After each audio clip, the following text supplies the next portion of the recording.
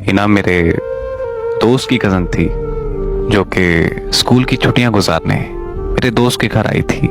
दोस्ती के कुछ ही दिनों बाद कश्यप ने मुझे प्रपोज कर दिया। मुझे भी कश्यप बहुत अच्छी लगती थी, तो मैंने उसका प्रपोजल एक्सेप्ट कर लिया और उसे हाँ कर दी। हमारी जिंदगी का वो सबसे खूबसूरत साल था। हमने बहुत सारा वक्त साथ में गुजारा। फिर छुट्टियां खत्म होने पर हिना वापस अपने घर चली गई। उसके जाने के बाद मैं उदास सा रहने लगा। मैं हर वक्त उसे याद करता रहता था। 1 साल तक मैंने उसका इंतजार किया और फिर छुट्टियां होते ही वो दोबारा आ गई। फिर हम में खूब मुलाकातें, खूब बातें हुई। जब उसने मुझे पहली बार गले लगाया तो उसकी खुशबू मेरी रूह में समा गई।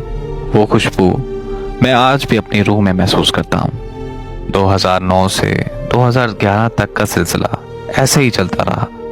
मैं उसके आने का हर साल बड़ी शिद्दत से इंतजार करता था। हर साल मेरे प्यार की शिद्दत भी बढ़ जाती थी। लेकिन जब हिना 2012 की छुट्टियां गुजारने आई तो वो काफी हद तक बदल चुकी थी। उसने मुझे देखते ही अपनी नजरें फेर ली और मुझसे बात तक नहीं की। और अगले दिन वो वापस अपने घर चली गई। तो मैंने अपने दोस्त से पूछा कि अरे यार, हिना को क्या हुआ है? तो फिर मेरे दोस्त ने मुझे बताया कि हिना ने तुम्हें मुकम्मल तौर पर छोड़ दिया है। ये सुनते ही मेरे पैरों तले जमीन निकल गई। मैं खामोश था, लेकिन मेरे आंसू बोल रहे थे।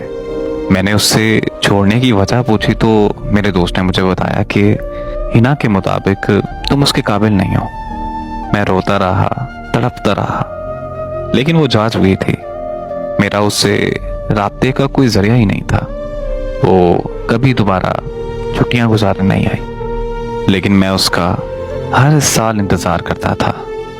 और फिर 4 साल बाद 2016 में वो मुझे फेसबुक पर मिल गई।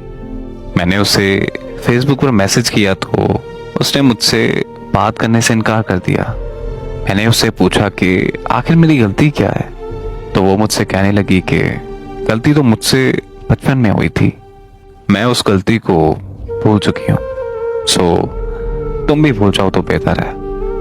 मैंने उसे कहा कि यार, ऐसे कैसे भूल जाऊं? अगर तो मैंने भूलना होता तो अब तक भूल चुका होता, मगर तुम मेरी यादों से, मेरे ख्यालों से कभी जा ही नहीं पाई।